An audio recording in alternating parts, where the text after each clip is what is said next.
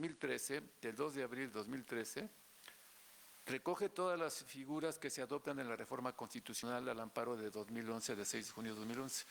Retoma el interés legítimo, retoma la Declaratoria General de Inconstitucionalidad, retoma el amparo adhesivo, retoma la apariencia de buen derecho en la suspensión, retoma todo lo relativo al cumplimiento y ejecución de las sentencias de amparo, sí, pero además está introduciendo, contemplando lo que ya mencioné, el trámite del amparo ya no solo por escrito en la vía impresa, sino hoy también en la vía electrónica, y eso también es motivo de la iniciativa. Retoma nuevamente la figura del interés, obviamente del interés legítimo, y ahí es donde vamos a centrarnos en este momento porque es el tema que nos ocupa el día de hoy, pero algo importantísimo porque estamos comentando que la ley de amparo hace procedente nuestro juicio de garantías en contra de particulares que realicen actos equivalentes de autoridad. Por eso muchos tratadistas dijeron, si viviera el maestro Burgoa se vuelve a morir, como que estas cuestiones que se están manejando en la nueva, en la nueva reforma, y esto es importantísimo porque también estamos comentando que se le dan efectos restitutorios provisionales a la suspensión. Y la práctica judicial, la jurisprudencia habían establecido, la propia ley, que los efectos restitutorios se dan en contra de los actos de las autoridades, no en contra de particulares. Pero bueno, esas cuestiones son importantísimas porque se introducen en la nueva ley y lo estoy refiriendo porque eso va a ser motivo del análisis aquí en las mesas que tendremos de aquí al 10 de octubre porque se están contemplando en la iniciativa. De tal manera que aquí nosotros lo que pretendemos ver si realmente la iniciativa, no como se ha comentado en los medios de comunicación, por los políticos, no, lo que nosotros pretendemos es un análisis serio, profundo, llegar a algunas conclusiones y propuestas. ¿Qué hacemos para mejorar el amparo? Porque recuerden ustedes que estamos inmersos en esa reforma tan importante de los derechos humanos y uno de los principios que regulan la doctrina de los derechos humanos es precisamente que deben ser universales, la interdependencia, indivisibilidad y progresividad.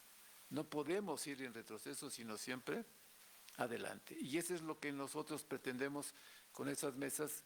¿Qué aportamos para que ese amparo siga siendo el medio más eficaz para tutelar la Constitución y proteger los derechos humanos, para que se controle el ejercicio del poder, que el poder público, los poderes públicos que gobiernan, el legislativo, ejecutivo y judicial, gobiernen conforme a la Constitución? Decía yo hace un momento, si el legislativo con sus leyes, el ejecutivo con sus reglamentos, el judicial con sus resoluciones o cualquier autoridad con sus actos violan la Constitución y violan derechos humanos, pues la propia Constitución establece en los artículos 103 y 107 el juicio de amparo en favor de los gobernados para que impugnemos esas leyes inconstitucionales del legislativo, esos reglamentos, esos actos del ejecutivo contrarios a la Constitución, violatoria de derechos humanos, resoluciones del judicial o de cualquier autoridad que violen la Constitución y nuestros derechos fundamentales. Por eso es que preocupa y nos ocupa plantear algunos aspectos relevantes. Pues bien, lo que ya se ha hablado aquí, la brillante exposición de la doctora Margarita Luna, muy brillante para entender bien esta figura compleja, como ya se le dio lectura aquí hace un momento al artículo 5º, fracción primera, la iniciativa original que mandó la titular del Ejecutivo, como ya referí, fue discutida en el Senado y hicieron algunos cambios. Inclusive por ahí se ha armado también la polémica en los medios porque en la parte transitoria, en el tercero transitorio de la iniciativa, se está cambiando en el dictamen que aprobó ya el Senado para pasarlo bueno, ya lo pasó a la colegislatura, a la Cámara de Diputados, se manejó la retroactividad de que las nuevas disposiciones se aplicarían a todos los asuntos. Y entonces eso ha despertado ámpula, pero nosotros consideramos que en realidad ese planteamiento pues fue para distraer un poco del fondo que nos ocupa de todas las figuras que mencioné y que son materia de la iniciativa, porque indudablemente la colegisladora, pues seguramente ahí pues van a dar la corrección del transitorio para quitar esa situación que no propuso la iniciativa de la titular del Ejecutivo, sino que en un dictamen de rápido por la noche, madrugada, se aprobó en la Cámara de Origen, la de senadores, pero que ahora que pasa la colegisladora creemos que pues este transitorio, esa retroactividad se tiene que cambiar porque, como bien sabemos, de acuerdo al artículo 14, párrafo primero, a ninguna ley se dará efecto retroactivo en perjuicio de persona alguna, Entonces creo que la finalidad es distraer un poco el meollo de la iniciativa. Pero bien, tratándose del tema que nos ocupó el día de hoy, del interés legítimo, la iniciativa establece, tratándose del interés legítimo, la norma, acto o omisión reclamada deberá ocasionar en la persona quejosa una lesión jurídica, y el dictamen que aprobó el Senado agregó individual y colectiva. Ese fue el cambio que hizo el dictamen de la Cámara de Senadores. Real, actual y diferenciada del resto de las personas, de tal forma que su anulación produzca un beneficio cierto, directo, y no meramente hipotético o eventual en caso de que se otorgue el amparo. Nosotros estimamos que así como está hasta estos momentos el dictamen de la Cámara de Senadores, debe de corregirse, porque de lo contrario va a estar violando la fracción primera del artículo 107 constitucional. Debe de corregirse, debe de precisarse, e incluso por los comentarios que ahorita haremos, en nuestra opinión ya no era necesaria esta adición.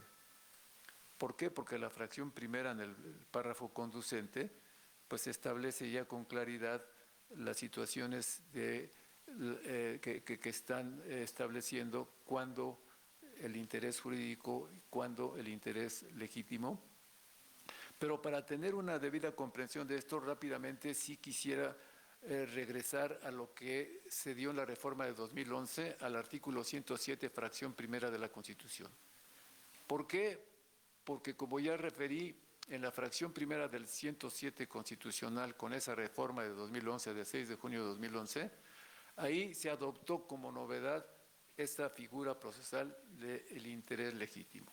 La fracción primera, el artículo 103 de la Constitución, que es el que establece los principios constitucionales que rigen el trámite del amparo, es decir, los fundamentos jurídico-constitucionales que rigen la acción, el procedimiento y las sentencias en el juicio de amparo, es fundamental, y los abogados debemos de aprender esos principios constitucionales, porque el quejoso tiene la obligación de cumplir con esos requisitos constitucionales que rigen el trámite del amparo. Me explico. Tienen que demostrar que tienen un interés jurídico, que tienen un interés legítimo en su caso, porque de no serlo incurren en la causal de improcedencia de la fracción 12 del artículo 61, y ese amparo será sobreseído de acuerdo a la fracción quinta del 63. Es importantísimo entonces que los abogados manejemos y conozcamos y comprendamos esos principios constitucionales que rigen el trámite del amparo que están en el artículo 107. Porque si no los cumplimos, perderemos el asunto. Ese amparo será sobreseído. Por eso insisto, tenemos que demostrar si tenemos un interés legítimo para no caer en la causal de improcedencia de la fracción 12 del 61, y ese amparo a la postre sobreseído conforme a la fracción quinta del artículo 63.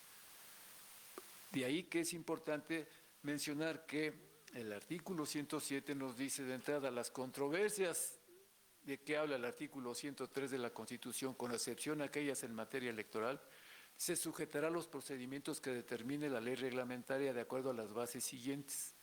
Y en la fracción primera nos dice, el amparo se seguirá siempre a instancia de parte agraviada, teniendo tal carácter quien aduce ser titular de un derecho o de un interés legítimo, individual o colectivo. Siempre que alegue que se violan los derechos reconocidos en la Constitución y que con ello se afecta a su esfera jurídica de manera directa o en virtud de su especial situación frente al orden jurídico. Vean lo que dice la reforma del 107, fracción primera, en esos años. Y luego en el párrafo siguiente nos dice que, tratándose de actos y resoluciones de tribunales judiciales, administrativos y del trabajo, el quejoso siempre deberá aducir que es titular de un derecho subjetivo y que resiente un daño o un perjuicio de manera directa, personal en ese derecho. Véase que entonces el interés legítimo no opera contra actos de tribunales, resoluciones de tribunales, solo opera en materia administrativa. Y estos puntos son muy importantes para considerar y que deben de tomarse en cuenta en la iniciativa de reforma, esto que estamos comentando. Vean entonces lo que nos exige el artículo 107. De acuerdo a lo que hemos leído, nos dice que tiene tal carácter, que el amparo seguirá siempre a instancia de parte agravada, y tiene tal carácter el gobernado que tenga un interés, es decir, un derecho, un interés jurídico, un derecho subjetivo, o bien que se ve afectado porque se ve vulnerado su interés legítimo, individual o colectivo. Entonces, no nos exige lo que está mencionando el artículo 5 en la iniciativa. Por eso es de que es importante, primero, que quede claro que el interés legítimo fue establecido en la reforma constitucional que estoy mencionando de 2011 para tutelar los derechos humanos de la tercera generación, a los derechos colectivos o difusos, también llamados de solidaridad, porque atañen a todos, a todos. Y esos derechos son los derechos del medio ambiente, del agua, etcétera. Es decir, los derechos de la tercera generación son tendentes a proteger al grupo humano, no al individuo como ocurrió con los de la primera generación, no a una clase social como acontece con los de la segunda generación. Los derechos de la tercera generación son tendentes a proteger al grupo humano, a la colectividad. De tal manera que por eso la Constitución nos habla, en la fracción primera, de un interés legítimo, individual o colectivo. Y esos derechos colectivos podemos aquí rápidamente establecerlos, mencionarlos, que son los derechos o intereses colectivos pertenecen a un grupo de personas determinadas o determinables, que les une un vínculo jurídico. Por ejemplo, los socios de una asociación, de una sociedad, o los condóminos que viven en un régimen de condominio, se ven afectados en esos intereses debido a ese estatus, en tanto que los derechos o intereses difusos corresponden a un grupo de personas indeterminadas o indeterminables, en donde no hay un vínculo jurídico entre ellos. Es una relación de facto, esporádica. Verbigracia, los habitantes de cierta ciudad que tienen interés en que el agua sea potable para no enfermar, para el consumo humano, o que tienen interés en un aire limpio para no enfermar. Esos son los derechos o intereses difusos. La nota característica en ambos es su naturaleza indivisible y transindividual. Trascienden al individuo y por eso se ejercitan en acciones colectivas. Esos son los derechos que se protegen con la reforma constitucional del 2011 a la fracción primera del artículo 107 constitucional. Pero reitero, esa fracción primera establece que el amparo se seguirá siempre a instancia de parte agraviada. Y nos dice, teniendo tal carácter, quien aduce ser titular de un derecho o un interés legítimo, individual o colectivo. Cuando nos habla de un derecho, está hablando de un derecho subjetivo, del interés jurídico. Y ya en la otra parte nos dice, o que tengan un interés legítimo, individual o colectivo. Y sigue diciendo, siempre que alegue que el acto reclamado viola los derechos reconocidos en la Constitución, los derechos reconocidos en la Constitución, y que con ello se afecta su esfera jurídica, ya sea de manera directa, al interés jurídico, o en virtud de su situación frente al orden jurídico, interés legítimo. Luego entonces, esto que se estuvo comentando hace un rato ha sido motivo de polémica porque la Corte, al emitir las jurisprudencias respectivas, lejos de darnos luz, pues sí nos ha complicado la situación, y más si el legislador malinterpreta los criterios jurisprudenciales, pues entonces no olviden ustedes que los legisladores en muchas ocasiones adoptan la jurisprudencia y la convierten en ley. Por eso la jurisprudencia es fuente formal del derecho. Y si no se interpretó debidamente el criterio jurisprudencial, pues entonces las leyes no son claras y precisas. Y eso da lugar a que el intérprete constitucional, pues tenga que hacer esa interpretación. Por eso aquí, en esta iniciativa del interés legítimo que he leído, pues nosotros, y en la ley de amparo, pues ya se retoma lo que dice la fracción primera, pero la adición que se propone, en nuestra opinión, va en contra de la fracción primera del artículo 107 de la Constitución. ¿Por qué? Porque, bueno, una cosa es el interés jurídico, el derecho tutelado por la norma y del cual el quejoso es titular de un derecho subjetivo.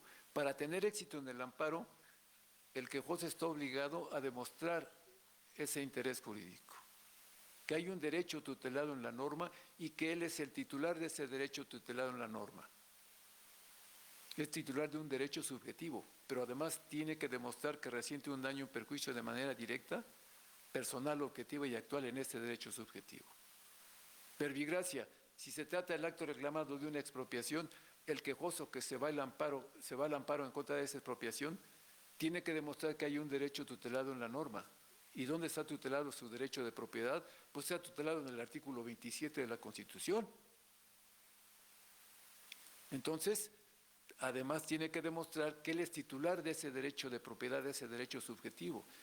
Para ir al juicio de amparo tiene que demostrar con su escritura que él es el titular de ese derecho de propiedad, pero además tiene que demostrar que está resintiendo un daño, un perjuicio de manera directa, personal, objetiva y actual en ese derecho subjetivo de propiedad.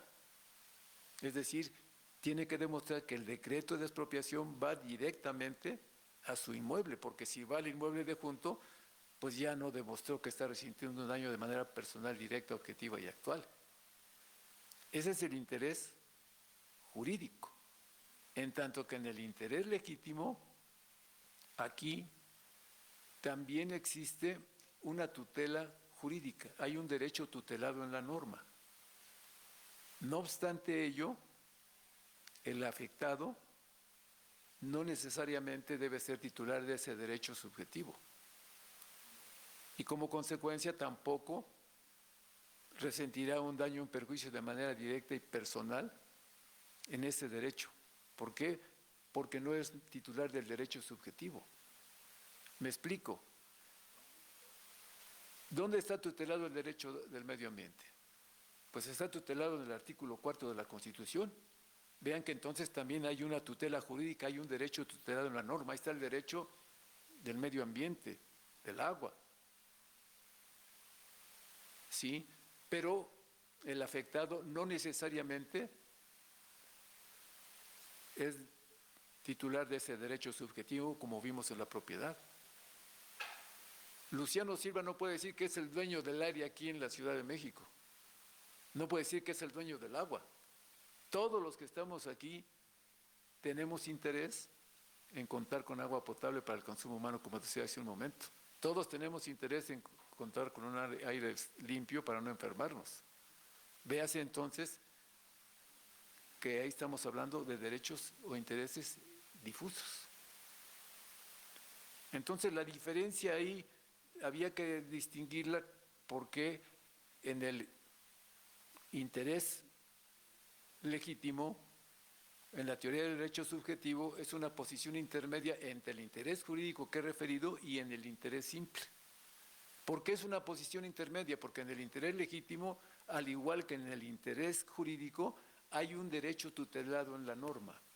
En este caso está tutelado el derecho del medio ambiente en la Constitución del artículo 4.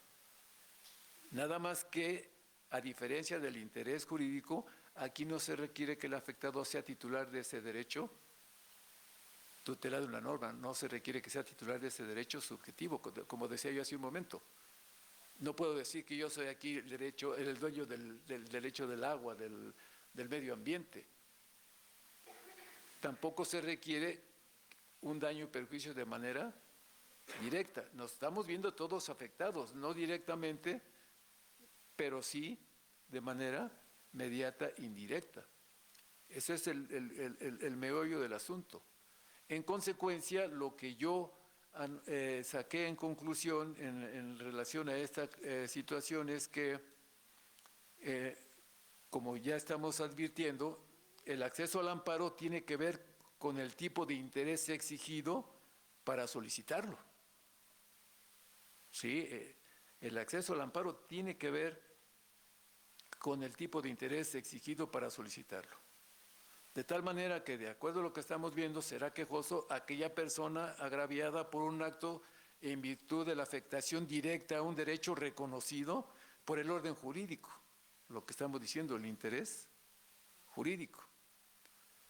Lo relevante para esto es qué pasa cuando el acto de autoridad no afecta ese derecho. No afecta ese derecho, pero sí la situación jurídica derivada del propio orden jurídico. No se está afectando ese derecho directamente, pero sí la situación jurídica de todos los que estamos aquí, derivada de esa tutela que está en el artículo 4 de la Constitución del Medio Ambiente y del Agua.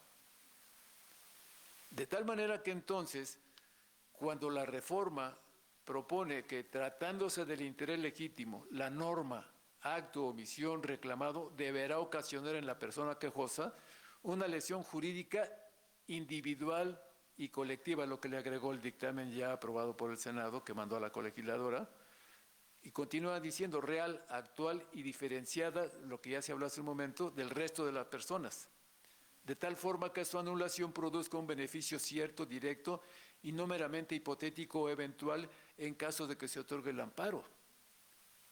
Por eso yo he comentado que si se quedara así y que así lo aprobara la colegisladora, pues entonces sería contrario a lo que dice el artículo 107 constitucional, fracción primera. ¿Por qué? Porque está introduciendo una modalidad equivalente al daño, al perjuicio directo, objetivo y actual que exige el interés jurídico. ¿Sí? Al exigir que exista una lesión jurídica real, actual y diferenciada. En realidad está introduciendo una mera modalidad a lo que ya se contempla en el interés jurídico. Y eso no es el espíritu de la fracción primera del 107 de la Constitución. ¿Por qué? Porque, como estoy diciendo, puede ser que no se viole ese derecho, pero sí se está violando la situación jurídica de los gobernados que deriva de ese orden jurídico. Eso es lo que, ahí está el meollo de la situación. Además, así como quedó redactada, nosotros hemos considerado que ya era, pues, es repetitivo, ya sería ocioso. Sería ocioso, ¿por qué? Porque si nosotros leemos la fracción primera en el párrafo conducente, ya se describe, la hipótesis normativa del interés jurídico y del interés legítimo, ¿sí? Como figuras para promover el amparo, de tal manera que entonces estamos viendo que en realidad pues es una mera modalidad a las exigencias que establece el interés jurídico. En el interés jurídico, como ya mencioné, ahí sí el quejoso, para tener éxito en el amparo, debe demostrar que hay un derecho tutelado en la norma. ¿Y que él es titular de ese derecho tutelado en la norma? Que es titular de un derecho subjetivo, como vimos con el ejemplo de la expropiación de la propiedad. Y también tiene que demostrar que resiente un daño o un perjuicio de manera directa, personal, objetiva y actual en ese derecho. Pero ese es el interés jurídico. En el interés simple, ahí sí no hay tutela jurídica en la norma, no hay un derecho tutelado en la norma, consecuentemente tampoco hay un derecho subjetivo y como consecuencia tampoco hay un daño o un perjuicio de manera directa en ese derecho subjetivo. Por lo tanto, por eso decimos que el interés legítimo es una posición intermedia en la teoría del derecho subjetivo entre el interés jurídico que hemos mencionado y el interés simple. ¿Por qué? Porque en el interés legítimo, insisto, ahí también hay una tutela en la norma. Por eso decíamos, el derecho del medio ambiente está tutelado en el artículo 4 de la Constitución. No obstante, el afectado no necesariamente es titular de ese derecho, tutelado en la norma, el derecho del medio ambiente. No puedo decir yo soy el dueño del aire, yo soy el dueño del agua. No, me veo afectado, al igual que todos los que estamos aquí, debido a nuestra posición frente a ese orden jurídico que está contemplando la tutela del medio ambiente. Hay una afectación, no directa, pero sí mediata, indirecta. Entonces nosotros, por eso es que en los textos, en los libros, hemos planteado que si queremos que el amparo sea más sencillo, ágil, de fácil acceso al grueso de la población, pues debemos de buscar ese amparo que de manera clara, precisa, permita ese acceso a la justicia. Porque si no, pues entonces vamos a encontrar un amparo lleno de tecnicismos, lleno de vericuetos, donde se pierden no tan solo las partes, sus abogados, hasta los propios tribunales de amparo, porque vean ustedes las interpretaciones que se han estado haciendo en torno a esta figura del interés legítimo. Y por eso es que si se malinterpretan las diversas jurisprudencias, que recuerden ustedes que un criterio jurisprudencial pues es cambiante, el derecho no puede estar estático, no puede estar anquilosado. Nuestra materia, el juicio de amparo, es totalmente dinámico, va de la mano con los cambios políticos, sociales, económicos, culturales y sociales y hasta morales que se presentan en la época en que se hace la interpretación. Por eso es que quizás el día de mañana, lo que hoy era un criterio jurisprudencial, después de la sesión que se lleve en la Corte o en algún circuito de amparo, quizás ese criterio ya se abandonó.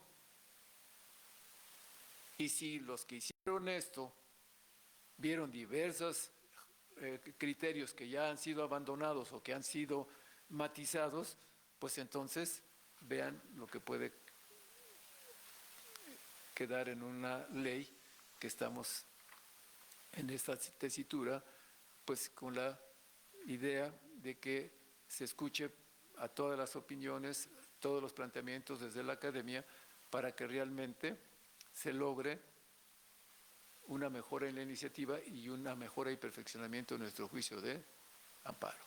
De tal manera que entonces, pues vamos a estar atentos a ver qué ocurre, porque si no, como ya se mencionaba hace un momento, si hay preceptos de la ley de amparo que sean contrarios a la Constitución, que sean inconstitucionales e inconvencionales, contrarios a los derechos humanos, porque recuerden ustedes que estamos inmersos, como decía yo, en esa reforma de gran calado de 2011 en materia de derechos humanos.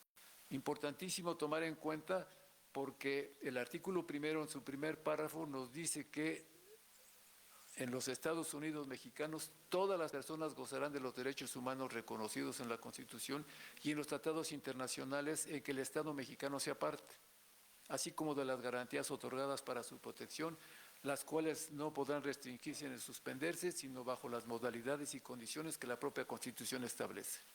Pero luego en el segundo párrafo nos dice que las normas relativas a los derechos humanos se interpretarán de conformidad con la Constitución y los tratados internacionales de la materia, favoreciendo todo tiempo a las personas la protección más amplia.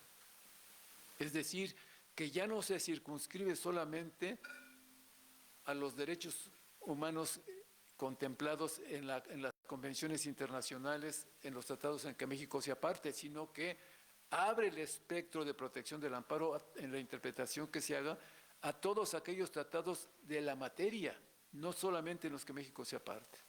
Y luego en el párrafo siguiente nos dice algo importante, todas las autoridades en el ámbito de sus competencias tienen la obligación de promover, respetar, proteger y garantizar los derechos humanos. Todas las autoridades en el ámbito de sus competencias, conforme a los principios de universalidad, interdependencia, indivisibilidad y progresividad, siempre en evolución hacia adelante. Y luego, algo importante, nos dice que en consecuencia el Estado investigará, reparará, sancionará los derechos y reparará los derechos humanos en términos de la ley. La ley no se ha expedido la ley secundaria al respecto. Pero lo que interesa también es que continúa diciendo que en los Estados Unidos mexicanos está prohibida la esclavitud y algo muy importante, todo tipo de discriminación que atente en contra de la dignidad humana y que tenga por objeto anular, menoscabar los derechos y libertades de las personas. Veas entonces, estamos inmersos en una reforma constitucional en materia de derechos humanos que hoy en día, con el amparo, se protegen no tan solo los derechos humanos tutelados en la Constitución, sino también los previstos en los tratados internacionales de la materia, ya no solo en los que México sea parte. Y en ese tenor, la ley de amparo, he comentado en las obras, en los trabajos del suscrito, he comentado que la ley de amparo, debido a todo esto que he comentado de las reformas constitucionales, no tan solo es reglamentaria de los artículos 103 y 107, sino también del artículo 1 de la Constitución. Hoy tenemos el control de constitucionalidad del poder, es decir, que los poderes públicos gobiernen conforme a la Constitución, con sus leyes, con sus reglamentos, con sus resoluciones, pero también deben de respetar los derechos humanos previstos en la propia Constitución y en los convenios internacionales, de ahí lo de convencional, en los tratados internacionales que contemplan derechos humanos de la materia.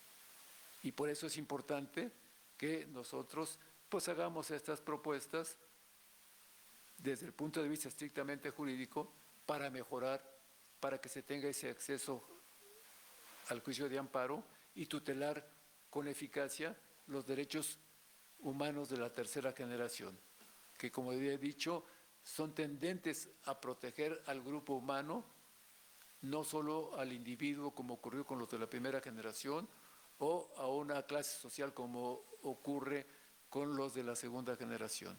Y también esto es importante, yo creo que hubiera sido un avance mejor enfocar las baterías en considerar que lo que mencioné hace un momento, que el interés legítimo no se puede invocar contra resoluciones y actos de tribunales, solo opera en materia administrativa, contra los actos de la administración pública. Y entonces aquí mucho cuidado, porque como dije hace un momento, el amparo se rige por principios constitucionales, y uno de esos principios constitucionales es el principio de estricto derecho. Ese principio de estricto derecho esencialmente consiste en que el tribunal de amparo, el juzgador de amparo, debe de ceñirse a los vicios de inconstitucionalidad que le plantea el quejoso en los conceptos de violación. No debe ni puede abordar vicios de inconstitucionalidad que no le planteó el quejoso en los conceptos de violación en acato a este principio de estricto derecho, y por eso muchos dicen que es un principio rigorista, formalista, victimario de la justicia. Porque si el juzgador está advirtiendo que hay varios vicios de inconstitucionalidad, pues lo que tenía que hacer era abordarlos y conceder el amparo. Sin embargo, en acato al principio de estricto derecho, no lo hará porque es obligación del quejoso hacer valer todos los vicios de inconstitucionalidad en los conceptos de violación de la demanda en esas materias rigoristas, rígidas de estricto derecho. Entonces aquí, pues esto hace nugatorio la protección de los derechos humanos de la tercera generación como del medio ambiente. ¿Por qué? Porque los grupos ambientalistas, los que promuevan los amparos para proteger el medio ambiente, los derechos humanos de la tercera generación, pues van a fracasar por los tecnicismos y vericuetos que hay en un amparo estricto como es el de la materia administrativa. Puede ocurrir lo que pasó aquí en México cuando se plasman en la Constitución de 17 los derechos sociales en favor de las clases débiles desposeídas, por ejemplo, los derechos en materia agraria, los derechos colectivos agrarios en el estado ejidal o comunal, promovían los amparos, pero fracasaban en los asuntos, les eran sobreseídos, negados los amparos, porque el amparo era de estricto derecho. Y fue hasta que se dieron las reformas constitucionales en los años 60 y en los años 70, donde se establece un segundo libro, la Ley de Amparo Abrogada de 1936, que estuvo vigente hasta el 2013.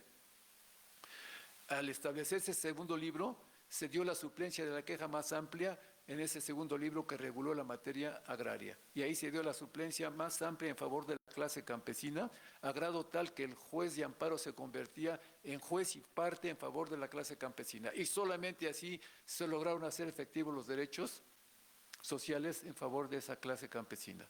Aquí pudiéramos haber propuesto en la ley para la tutela efectiva del medio ambiente que operara la suplencia de la queja en esos amparos, porque si estamos en las materias de estricto derecho, que es materia administrativa, pues puede ocurrir lo que pasó en esa experiencia que se tuvo, que a pesar de que en la Constitución de 1917 se plasmaron los derechos sociales y para tutelar los derechos de la clase campesina, que fue uno de los principales motivos del movimiento armado de 1910, el reparto de la tierra de los grandes latifundios, sin embargo no podían hacer efectivos los derechos del amparo porque resultó muy técnico, muy complejo, y por eso es que hasta que se dieron las reformas que les comenté a los años 60 en la materia agraria, al 107 constitucional, y se plasma un segundo libro en la ley de amparo para establecer el amparo agrario, y entonces sí, ahí se dio la suplencia de la queja en favor de la clase campesina, muy amplia, y entonces lograron hacer efectivos la tutela de esos derechos agrarios. Aquí pudiera ser lo mismo.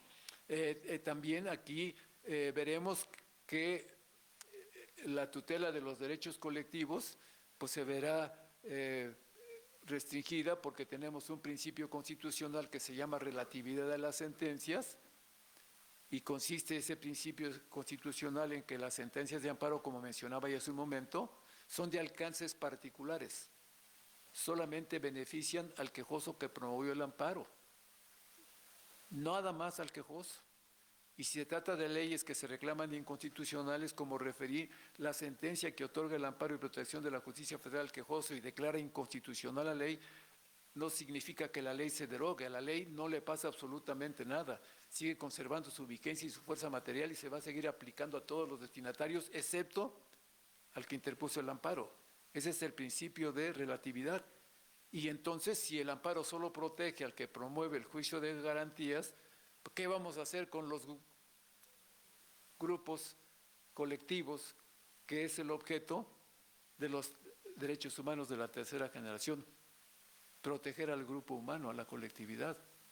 Entonces, una de dos, o dejamos en la ley establecido que le damos discrecionalidad al juez del distrito, como ocurre en la suspensión, como se comentaba hace un rato, para que él, en cada caso en concreto, analice estas cuestiones, y lo que vimos nosotros en el sexenio anterior, en donde los jueces estuvieron concediendo suspensiones y amparos con alcances generales, y que fue motivo del enojo del titular del Ejecutivo en ese entonces, y que por eso mandó la iniciativa de reformas al Poder Judicial, y que en el sexenio actual se cristalizó. ¿Por qué? Porque se estuvieron los jueces dando en esos derechos colectivos fallos con alcances generales.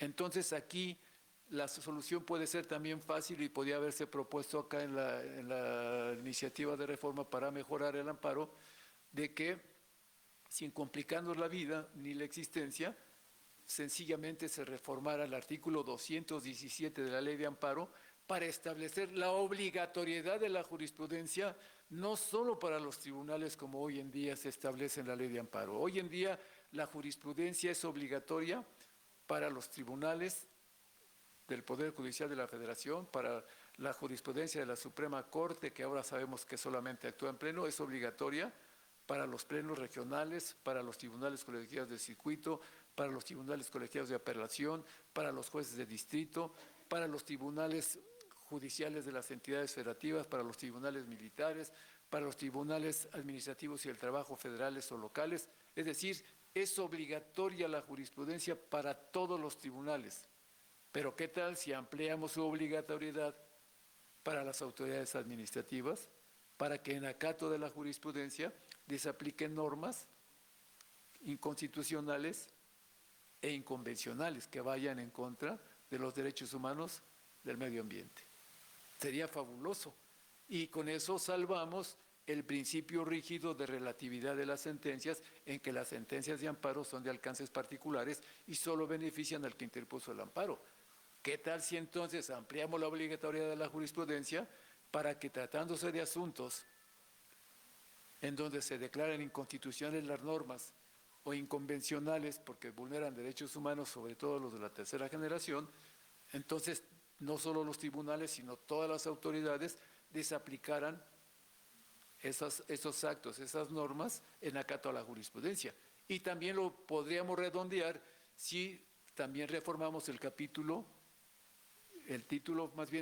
quinto de las medidas disciplinarias de apremio, responsabilidades, sanciones y delitos, para que todas las autoridades que no acaten la jurisprudencia sean sancionadas con penas de 5 a 10 años de prisión, multas de 100 a 1000 días de salario, la destitución del cargo y su inhabilitación para desempeñar otro cargo o comisión en el mismo término. Verán que entonces sí todas las autoridades acatarían la jurisprudencia y entonces, en acato a la jurisprudencia, estarían desaplicando normas inconstitucionales o bien actos y normas inconvencionales. Creemos que esos serían avances que deberían de haberse tomado en cuenta en la iniciativa. ¿De acuerdo? Entonces, creemos que pues es todavía motivo de reflexión, todavía está circulando la iniciativa.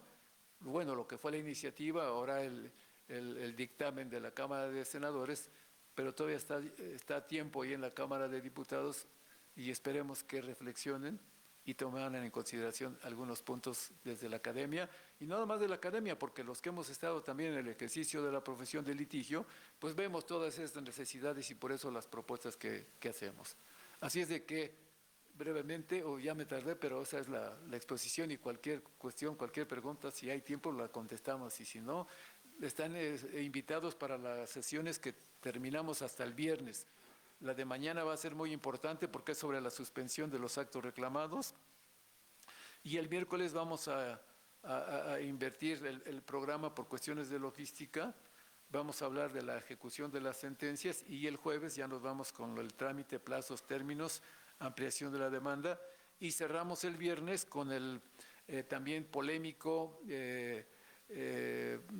dictamen sobre la armonización del Código Fiscal de la Federación y de la Ley Orgánica del Tribunal Federal de Justicia Administrativa, que también va a ser muy importante porque se establecen ahí algunas situaciones de proscribir la revocación que contempla el Código Fiscal en ciertos casos y también el juicio de nulidad en ciertos casos ante el Tribunal Federal de Justicia Administrativa. Es decir, es muy importante porque las aportaciones que se manejen aquí estimamos que pues son para que se consideren para mejorar nuestro juicio constitucional, nuestro juicio de amparo. ¿Alguna cuestión? La comentamos y si no, pues los esperamos para el día de mañana a la misma hora y en el mismo lugar.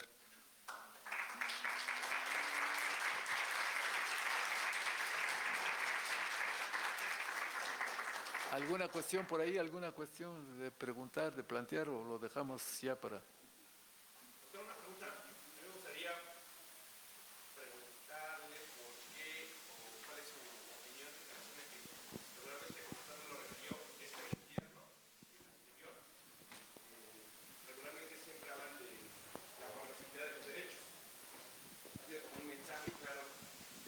De política. Gracias. Me presento, mi nombre es Gabriel Pineda, trabajo en el Poder Judicial de la Federación, estoy adscrito a un tribunal colegiado en materia penal y administrativa. Soy orgullosamente egresado de esta facultad. Un gusto saludarles. La pregunta es la siguiente, doctor. Como le comentaba, es evidente que la política del gobierno, tanto de este sexenio, repito, como la del anterior, era hacer precisamente que los derechos humanos fueran progresistas, ¿no? En apariencia. Ahora, con esta reforma que se propone, particularmente hablando del interés legítimo, me parece que el mensaje que manda el legislador, y como usted muy bien lo señaló, parece como una regresión de derechos, ¿no?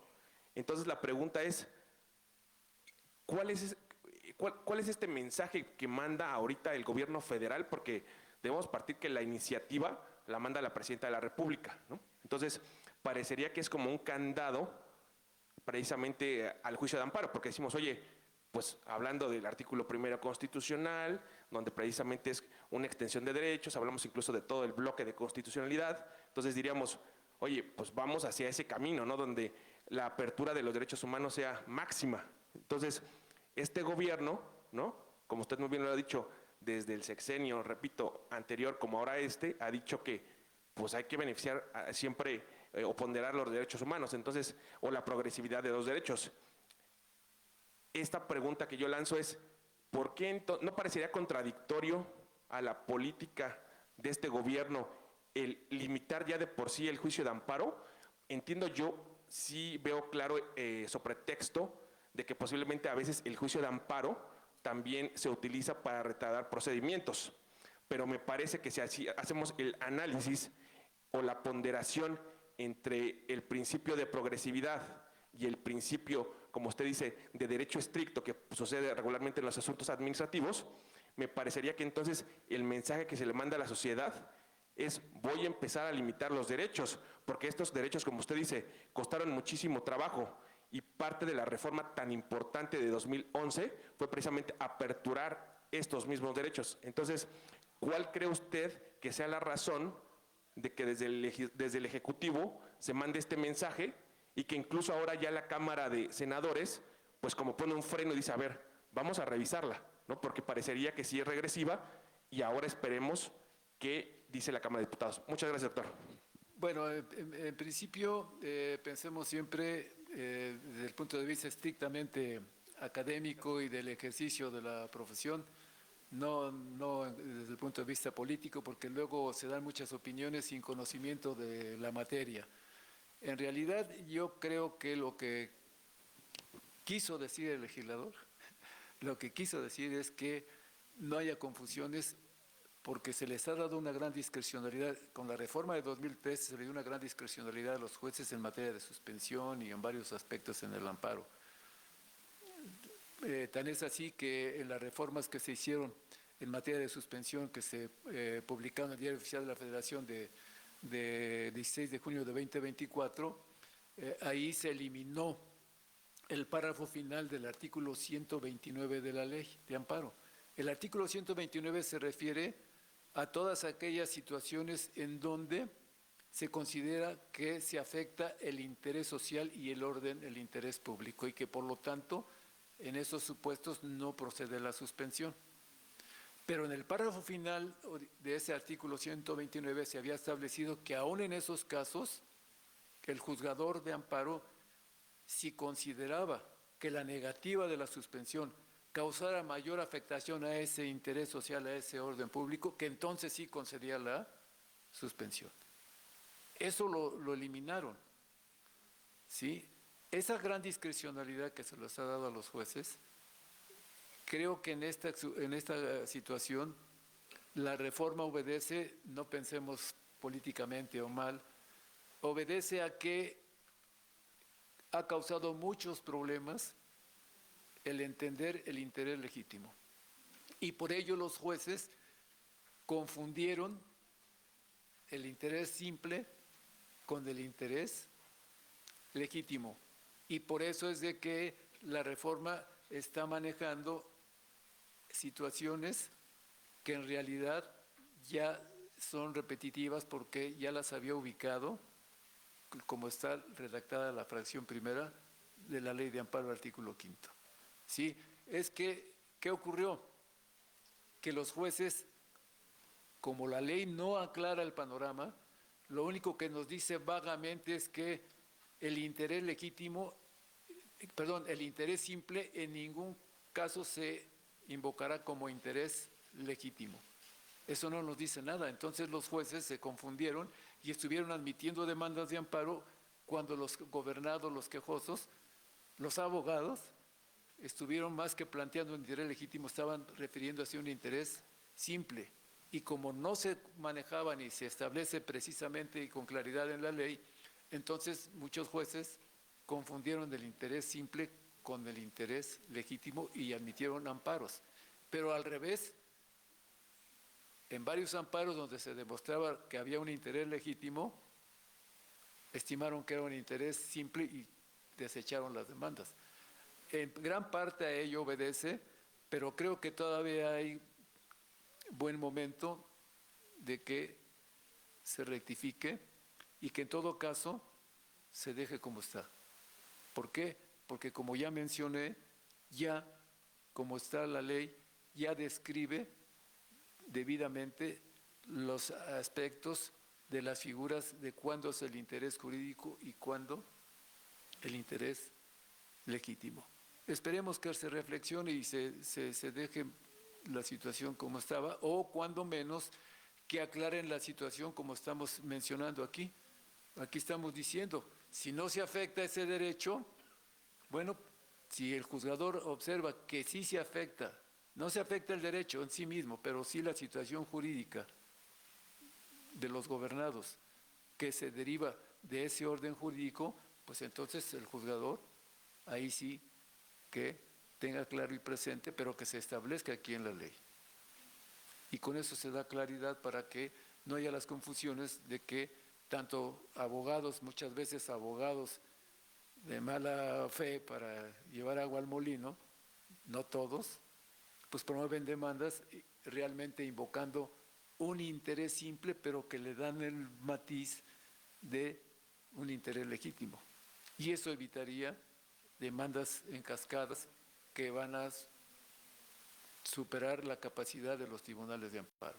En fin, hay varios puntos muy interesantes, muy relevantes que había que reflexionar y no nada más analizarlos hacia el bote pronto o quizás con fines políticos y no jurídicos. Por eso es que la facultad, la universidad y nuestra directora tomó a bien que hiciéramos estos foros, estas jornadas, para poder dar luz y hacer propuestas, pero jurídicas, con conocimiento de causa, y para lograr que ese dictamen se discuta y se apruebe, pero con mejoras que perfeccionen nuestro juicio de amparo y se incorporen a la ley de amparo. Ese es el motivo de estas pláticas y esperemos que pues logremos ubicar debidamente esta situación, y si no, como comenté hace un momento y lo refirió la doctora Luna, pues el amparo,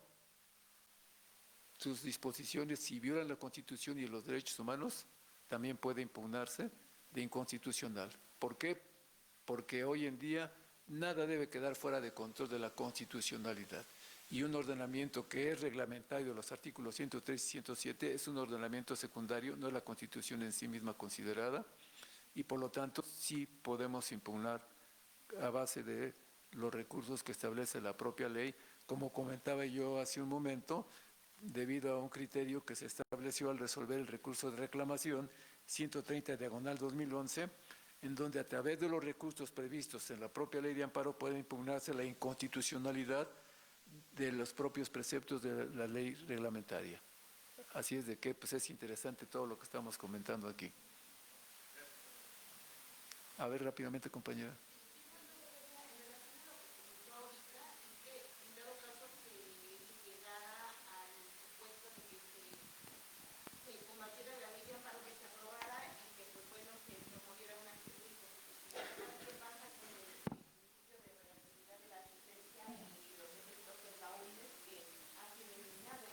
Bueno, ahora sí que vayamos por partes. Ya se tuvo esa situación de que la Corte en un momento dado dijo que el recurso de revisión no era el idóneo para impugnar la inconstitucionalidad de los preceptos de la ley de amparo. Esto se dio porque, como ya comenté, en la ley anterior, en el artículo 73, se contemplaba una causal de improcedencia semejante al actual 61, fracción 9 de la ley actual, de la ley vigente. En el artículo 61 se establecen las causales de improcedencia y en la fracción 9 se dice que el amparo es improcedente en contra de las resoluciones pronunciadas en el amparo o en ejecución de las mismas, lo cual hace improcedente el amparo para que nosotros con un amparo impugnemos la propia ley de amparo. Y entonces los litigantes, a sabiendas de esto, lo que hacían era impugnar la ley, pero a través del recurso de revisión. Y como era la inconstitucionalidad de una ley, ese recurso de revisión era competencia del Pleno de la Suprema Corte, de acuerdo al artículo 10, fracción 2 de la ley orgánica anterior, porque la nueva ley abrogó la anterior y la nueva ley hoy en día, en el artículo 16, que es semejante o correlativo al 10 de la ley abrogada, establece esta situación. ¿Sí? que se puede impugnar a través del recurso de revisión la inconstitucionalidad de normas. Entonces los litigantes, ante eso lo que hacíamos era impugnar la inconstitucionalidad de la ley de amparo de sus preceptos a través del recurso de revisión. Sin embargo, la Corte cambia el criterio y dice, no, no es el idóneo. Si bien es cierto que la ley de amparo no puede quedar fuera de control de constitucionalidad, la única manera de impugnarla es a través de la acción de inconstitucionalidad. Y ahí nosotros también en los libros hicimos la crítica. La acción de inconstitucionalidad versa sobre situaciones abstractas. A través de la acción de inconstitucionalidad se tutela la Constitución de manera abstracta porque procede contra normas, ¿sí? Se analiza la constitucionalidad de normas en una cuestión abstracta a partir de la publicación, no de un acto concreto de aplicación. Entonces hay un control abstracto de normas. Pero además decíamos que no se darían las minorías parlamentarias para impugnar la propia ley de amparo. Y hoy lo vemos con más razón porque hay mayoría partidista y pues estamos viendo que no se da ya la minoría que se requiere para entablar las acciones de inconstitucionalidad. Entonces, por eso es de que hoy nuevamente la Corte modificó el criterio y establece que sí se puede impugnar la ley a través de los recursos que establece la propia ley de amparo, como el recurso de revisión. ¿Sí? Ahora, las reformas que se dieron en el 15 de septiembre de 2024 al Poder Judicial, ahí ya se estableció que en las sentencias de amparo que se dicten, en los amparos contra normas generales, en ningún caso tendrán efectos generales. Pero nosotros hemos comentado, bueno, se está diciendo tratándose de normas generales, pero tratándose de la tutela de los derechos colectivos o difusos, que no tienen que ver con normas, ahí nosotros por eso estamos proponiendo que la salvedad sería mejor adoptar los efectos obligatorios de la jurisprudencia también para autoridades administrativas y no solo para tribunales, y con eso salvaríamos la rigidez de la relatividad de las sentencias. No estamos invalidando las normas, ni estamos yendo las funciones del legislador negativo, sino simplemente se desaplicarían esas normas inconstitucionales o inconvencionales, esos actos, a través de la jurisprudencia.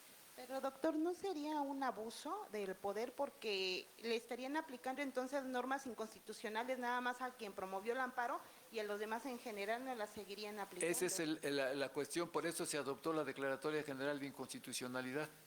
Ahí también la situación es que debe de echarse una revisada a la Declaratoria General de Inconstitucionalidad porque esa no se está tocando acá, claro. Y ahí debe de analizarse en qué casos tendrá alcances generales y cuándo tendrá efectos totales o parciales. Si tiene efectos totales, abroga la norma, la expulsa y se le deja de aplicar a todos los destinatarios de la norma. Eso es lo que falta precisar ahí. Pues muy bien, muchas gracias y gracias por este ciclo de conferencias que la verdad sí es de gran importancia pues para todos, ¿no? El recurso de amparo es un medio, el juicio, nosotros hemos dicho no es un juicio, no es un recurso, es un juicio. Sí, el amparo es un, decía el doctor Orihuela, ¿no? Que el amparo pues es un medio de control constitucional extraordinario, ¿no? Y que es de nosotros los gobernados, no del Estado, lo que ahorita pues está viendo todo lo contrario, ¿no? Muchas gracias. Sí, a ver compañeros ya porque ya vemos que la gente ya nos está abandonando. Bueno, me presento, soy Antonio Otero García, soy estudiante actual de la carrera de Derecho. ¿En qué semestre? Estoy en primer semestre. Ah, bueno, ¿Okay? todavía tienes que aprender. Me falta mucho, pero ahí la llevamos. Pero prosiguiendo justamente con lo que menciona, ya he revisado la reforma que es la iniciativa de la reforma a la ley de amparo, y en una de ellas se mencionan gran parte de las cosas que se mencionan. En primero es el quitar la suspensión, ¿no? Otra de las cosas es que si se determina que no se puede hacer un pago, es decir, una remuneración de los daños, pues no se va a actuar, ¿no? Es decir, se va a sobreseer, ¿no? Pero mi pregunta principal es, a lo que va es, usted menciona que no se debería de ver tanto como un interés político o un interés del Estado, por ejemplo, como justamente se lo dijo. No, lo que yo comenté aquí, que nosotros abordamos la temática no Ah, ok. con aspectos políticos, sino estrictamente jurídicos, Estrictamente, sí. académicos y desde el punto de vista de los que hemos ejercido la profesión. O sea, como decía Carneluti, romper el cerco de los libros, ir al pleito callejero. Ahí es donde se hace el abogado y ahí es donde se ve el abogado que se dedica a la academia y al ejercicio de la profesión, ve qué es lo que está mal, qué es lo que hace falta, cómo logramos una protección efectiva de la Constitución y de los derechos humanos, qué es lo que necesitamos, qué es lo que hace falta, porque si son personas que siempre han estado nada más en la academia, que nunca han salido al pleito callejero, o que son legisladores que nunca han visto, o que a lo mejor en este momento que están en el ejercicio del poder y que piensan que a ellos no les va a tocar, pero el poder es efímero. Y cuando dejen el poder, puede ser que se vean afectados en sus derechos fundamentales y entonces lo primero que van a decir, sácame un amparo. Y van a decir, ¿cuál amparo? Si tú mismo lo restringiste, lo destruiste. Sí, entonces todo esto es muy importante. Y por eso es bueno que pues se vayan estudiando bien las materias para que cuando llegues a la materia de amparo veas con precisión que la suspensión es una figura muy importante del amparo, ¿sí? Que permite que el amparo tenga eficacia, porque el amparo en su trámite lleva tiempo, lleva 1 año, 2, y si no se pide la suspensión, si no existiera la figura de la suspensión, en el ínter en que se está tramitando el amparo, la autoridad podría ejecutar el acto de autoridad, el acto reclamado, y si lo ejecuta, pues el amparo ya no va a tener eficacia, ya carece de materia. Pero lo importante de esto es que, ahora que estudias la materia, te vas a dar cuenta que la suspensión se tramita por cuerda separada del amparo. Entonces, ahí es otra de las críticas que vamos a hacer, que eso es lo que se pierde de vista en la iniciativa, hoy en el dictamen, de que la suspensión no anula, no invalida el acto de autoridad. Eso le corresponde, no declara la constitucionalidad o inconstitucionalidad del acto de autoridad, eso le corresponde al amparo, al expediente principal. Por lo tanto, en un momento dado, si las partes en el amparo, las autoridades responsables, tramitan y están atentos al amparo, ese amparo se resuelve en 3, 6 meses y ya la suspensión ya no tiene objeto alguno. Eso es lo que pierden de vista, que la suspensión no decide la constitucionalidad de los actos reclamados, no invalida leyes, no, la suspensión solamente es meramente declarativa. Y hoy en día también en ciertos casos tiene efectos restitutorios, pero lo primordial de la suspensión es que no se ejecute el acto de autoridad en lo que se tramite y resuelve en el amparo la constitucionalidad de esos actos. Claro, es que eso cambia bastante la pregunta que yo iba a formular en un principio, considerando en el ámbito jurídico, porque yo lo que iba más encaminado es a determinar en el segundo punto que señalo, que es que no se puede hacer una remuneración de los daños en caso de si mientras la fuerza, bueno, el juez determine que no se puede pagar, o me estoy confundiendo, me estoy Sí, poniendo no, lo en riesgo. importante, a ver, Sí. lo que tú, sí, que Pero tú, lo que quiero llegar es decir, ¿cómo no se podría ver un interés político en el aspecto de decir, si yo no puedo remunerar esto, no se concede? bueno, lo que tú estás comentando, que quizás lo que se pretende es fines recaudatorios, que el Estado pueda obtener ingresos y que para ello pues también está incidiendo en materias como la nuestra, en donde, como ya hemos comentado, en un momento dado el que promueve amparo puede pedir la suspensión y hay una suspensión llamada provisional. Y esa suspensión provisional, el juez de analizar la petición y si hay una apariencia de buen derecho, ve el peligro en la demora, si la tardanza en la resolución del asunto, puede ser que el juez, si advierte que los actos reclamados en la demanda es inminente su ejecución con notorios perjuicios para el quejoso, el juez tiene la facultad discrecional de, con ese análisis que haga, de conceder provisionalmente la suspensión para que la autoridad se detenga, como los encantados, en garrote se me hay autoridad. No te muevas, como en los juegos de los encantados, quédate quieta, no hagas nada, porque el quejoso ya tiene la suspensión de manera provisional. Pero luego viene una etapa de pruebas y ahí si las autoridades que son partes en el amparo. Las partes tienen sus cargas procesales y si las autoridades aportan pruebas para demostrarle al juez que va en contra del interés público, del interés social, etcétera, etcétera, etcétera, entonces el juez niega la suspensión definitiva. Todo eso se ha perdido de vista en el dictamen, que las partes en un juicio tienen cargas procesales y las deben de cumplir, pero si las autoridades no tienen buenos abogados y se duermen, pues entonces pierden los asuntos. Pero ahí ya no es culpa de los gobernados presentan sus demandas a hacer valer sus pretensiones, pero por eso es un juicio en el que las partes tienen la oportunidad de hacer valer sus pretensiones. La pretensión del quejoso, ¿cuál va a ser? Pues que se declare inconstitucional el acto de autoridad porque viola sus derechos humanos y se le restituye en el pleno goce del derecho violado, volviendo las cosas al estado que se encontraban antes de la violación. ¿Y la pretensión de la autoridad cuál va a ser? Pues va a ser que se declare por el juzgador de amparo que su acto se apega a la Constitución y que no está violando derechos humanos. Pero esas pretensiones que tienen las partes tienen que demostrarlas con las pruebas.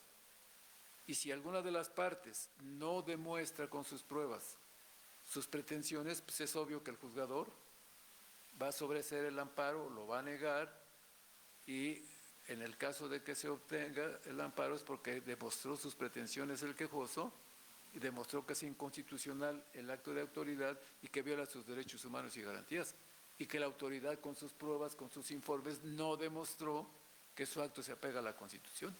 Esto es lo que se pide de vista, que en un juicio hay igualdad de las partes y que en ese juicio las partes acreditan sus pretensiones. Punto. Claro, bueno. También posteriormente, como dice usted, si comprueba, etcétera, el quejoso, pues la autoridad puede declarar la suspensión definitiva. ¿Sí? Sí, sí, desde luego, o sea que acuérdense que el juez puede conceder o negar provisionalmente la suspensión, pero luego viene una etapa en donde hay una audiencia incidental donde las partes ofrecen pruebas, incluso hoy el juez tiene la discrecionalidad de recabar pruebas y practicar las diligencias que estime necesarias para estar en la aptitud de resolver de mejor manera para mejor proveer si concede o niega la suspensión definitiva. Muy bien, Sí. muy bien, sí. Para los muchachos. Pero bueno, está interesante, pero ya vamos a tener tenemos que dejar el auditorio porque nada más teníamos hasta las 12. Pero están cordialmente invitados porque esto sigue. El día de mañana vamos a hablar sobre la suspensión de los actos reclamados, que es un tema muy importante y que es vital la suspensión para que el amparo tenga eficacia. Por eso es la trascendencia de lo que vamos a hablar mañana. ¿De acuerdo? Así es de que los esperamos a las 9:30.